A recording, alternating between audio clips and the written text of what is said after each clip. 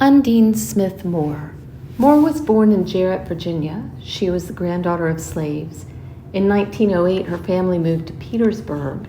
She began studying piano at age 7 with Lillian Darden and attended Fisk University, where she studied piano with Alice Grass. In 1924, at the age of 20, she became the first graduate of Fisk University to receive a scholarship to Juilliard. Graduating cum laude in 1926, she became supervisor of music for the Goldsboro, North Carolina public school system. She commuted to New York's Columbia University between 29 and 31 and received her Master of Arts in Teaching. For 45 years, Professor Moore was a member of the music faculty at Virginia State University. During her later years, she was co-director, along with Altona Trent Johns, of a project entitled The Black Man in American Music, which was funded 3 times by the National Endowment for the Humanities and also by the Southern Educational Foundation. The aim of the project was to promote appreciation for the music of the Black man in America through performances of, as well as study of, the music. It further attempted to elevate Black music to a level commensurate with its influence upon other musics of the world. Professor Moore, in an interview with Carl Harris, noted that her early compositions at Fisk and Columbia didn't emphasize spirituals, but, she said, after completing my master's degree, it dawned on me that the songs my mother sang while cooking dinner, the melodies my father hummed after work, moved me very deeply. I began to write down the melodies for some vague, undefined future use. We were all from Southside, Virginia, and I was struck by the fact that many of the songs sung there were not commonly heard elsewhere. It was these spirituals I wanted to arrange for chorus. In making these arrangements, my aim was not to make something better than what they had sung. I thought the spirituals so beautiful that I wanted them to have them experienced in a variety of ways by concert choirs, soloists, and instrumental groups. In another interview, she was asked, "What has been the greatest influence upon your compositional output?" She answered, "Anyone who creates something creates it out of himself. From our earliest remembrances, we are influenced by the things we hear when we do not even know what we are hearing, by the things we see when we don't even know what we are seeing. I have had the advantage of being reared in my own culture. My training at Fisk University placed a great deal of emphasis on the musical traditions of Blacks. We have profited from being forced into having 2 cultures, our own and that of the white man. As slaves and workers, Black people have no other choice than to become deeply involved in the everyday, even intimate lives of the whites. In our time, the exclusive culture of Black people has been absorbed by whites." After retirement, Professor Moore taught at Virginia University as a distinguished professor. She was awarded many honors and honorary doctorate of music degrees by Virginia State, where she had taught for so many years, and Indiana University. And she was named Music Laureate of Virginia by Virginia Cultural Laureate Center. Hello, I'm Rebecca Smithorn, cover conductor and lecturer with the National Philharmonic. Welcome to Composers in Crisis, where we talk about composers whose lives and art were not just disrupted, but actually transformed by times of global crisis. Today we're going to talk about the composer Undine Smith Moore, who lifted up Black voices as an educator and scholar and found inspiration in the music of her community, as well as the growing civil rights movement. Now, Undine Smith Moore was born in Virginia in 1904 in the midst of state-enforced racial segregation. As a child, she remembered being barred from theaters and only allowed in the gallery of concert halls. And yet, she said, the lives of Black people in Petersburg were saturated with music of one kind or another. There was never a lack of places to perform on whatever level one was able. The Sunday school, the church socials, and suppers.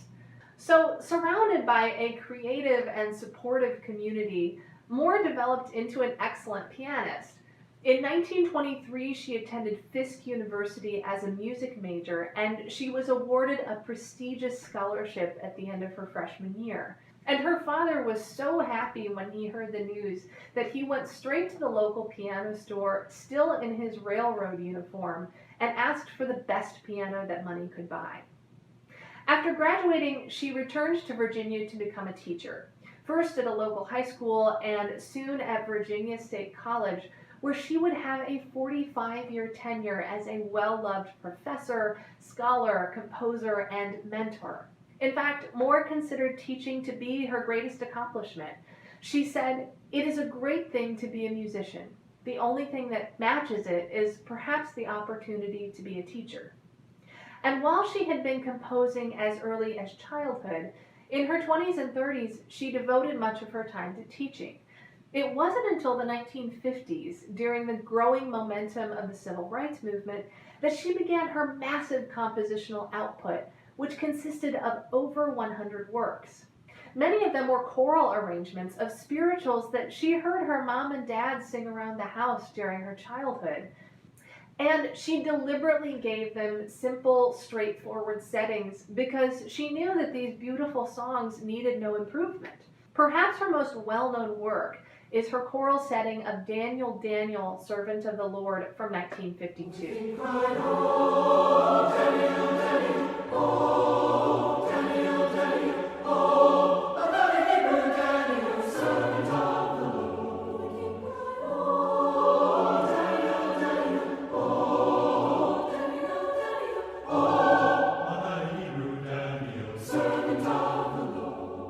But she also experimented with progressive styles and instrumental music. In this dissonant piano work from 1953 called Before I'd Be a Slave, Moore uses contemporary 20th century techniques to express the pain and frustration of slavery.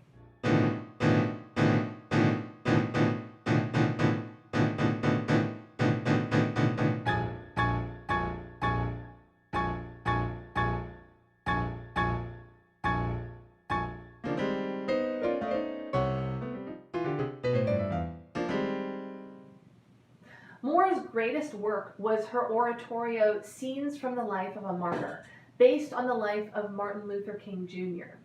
She started writing the piece after King's assassination with no commission and no promise of a performance. She said, "I began this in a personal way with no pressure at the beginning and not concerned about the ending. I wanted to write something for myself for this man." She completed the oratorio in 1981 at the age of 77, and it was quickly performed by major orchestras across the country, and it was nominated for the Pulitzer Prize in Music that year. And Moore lifted up Black voices not only in her compositions but throughout her professional life. As an educator, she compiled musical examples by African American composers to be included in music theory and music history curriculums. And one of her greatest accomplishments was the creation of the Black Music Center at Virginia State College, which showcased Black musicians and offered courses in African American music to university students. Moore was also thoughtful about the way race and gender intersected in her work. She said, "The relative absence of women as conductors, women as composers, is of special interest to me. They are authority figures, and as such, it is not strange that opportunities for women as well as Blacks have been limited." When someone asked her if she had considered turning to composition full-time, she flatly said, "This question was surely written for men." She was also concerned with issues of class and social stratification. She said, "Let us listen to blues, gospel, jazz with our own ears, our minds and hearts, and not our inherited, unthought prejudices. Social status has absolutely nothing to do with aesthetic value." Moore had been born into a middle-class household, which is what allowed her to become a classical musician. But she was intensely aware that great music came from people of all backgrounds, and she fought to include all forms of music in her work as an artist and educator. Undine Smith Moore has been called the Dean of Black women composers, and through her sense of generosity and inclusiveness, she fostered a generation of African American musicians and preserved the music of her community.